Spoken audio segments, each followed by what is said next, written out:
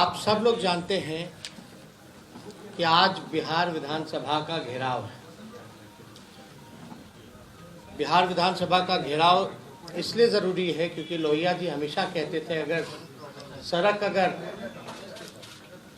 सूनी हो जाए तो सदन जो है आवारा हो जाएगा।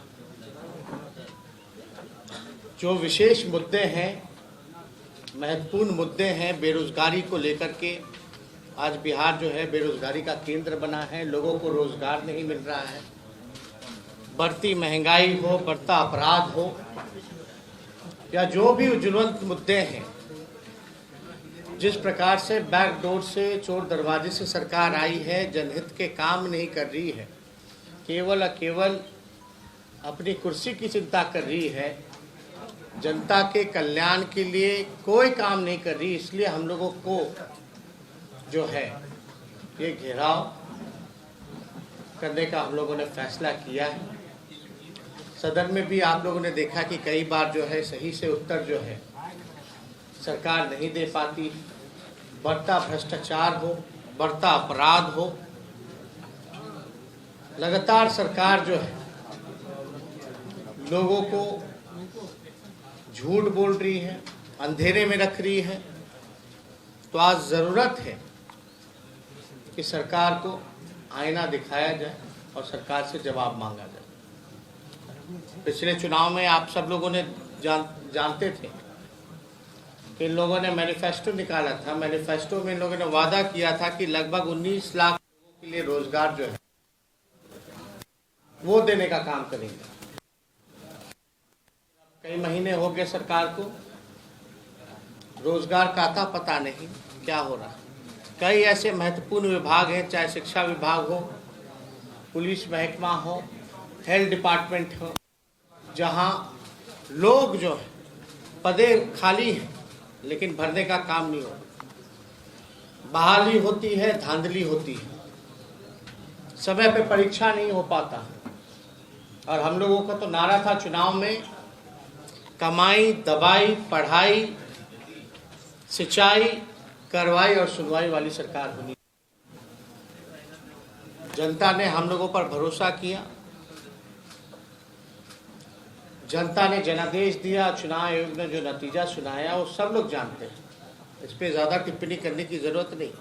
लेकिन हम विपक्ष में ज़रूर हैं, लेकिन विपक्ष की जो भूमिका होनी चाहिए, जो जिम्मेवारी होनी चाहिए, उसको बखूबी हम सब लोग जो है महागठबंधन के साथी मिलकर के निभाने का काम कर रहे हैं। और हमारा दायित्व तो बनता है कि सरकार से सवाल करें और जो मुश्किलें लोगों को आ रही हैं, ये डबल इंजन की सरकार है, लगातार महंगाई बढ़ रही है, ना बिहार को विशेष राज्य का दर्जा दिया जा रहा है, ना विशेष पैकेज की बात की जा रही है।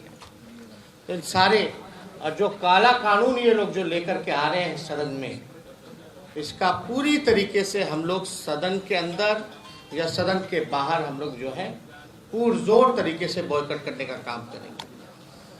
तो और कोई सवाल अगर आप लोगों का हो इन सब चीजों को लेकर के तो आप पूछ सकते हैं। 20 मार्च को सिपाही परीक्षा हुई, उस दिन भी 1 घंटे पहले प्रश्न पत्र वायरल हो गया, लेकिन इसके और आयोग या सरकार कोई जवाब देने को तैयार नहीं है। अब इसमें तो सरकार के लोग, हम लोग तो लगातार इस चीज को उठाते रहे। मैट्रिक का परीक्षा ये लोग ढंग से नहीं करा पाते।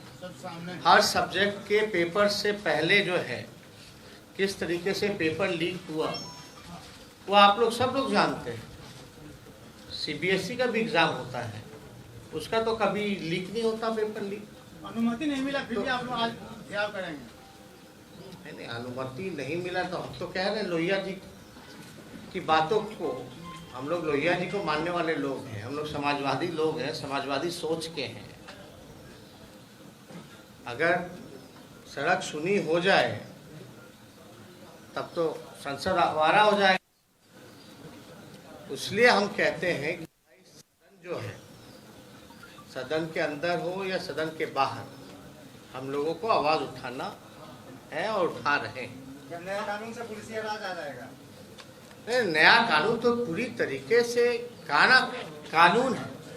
ये तानाशाही एक तरीके से जिसको मन कर देगा सरकार उसको पकड़ेगी। एक तरीके से कोर्ट का कोई मतलब नहीं रह जाएगा, मजिस्ट्रेट का कोई मतलब नहीं रह जाएगा। पुलिस जो है यानी जो लोग सत्ता में जो लोग बैठे हैं वो सारा चीज कंट्रोल करेंगे और पॉलिटिकल वेंडिटा के द्वारा ये लोग धरपकड़ करेंगे बिना किसी वारंट के, बिना किसी चीज के। ये तो पूरी तरीके से कानून जो है फाड़ने लायक है। इसलिए ये कानून का कोई मतलब नहीं है। ये पूरी तरीके से तानाशाही वाला कानून है और किसी भी कीमत पे ये कानून जो है हम लोग सदन के अंदर पास नहीं होने देंगे।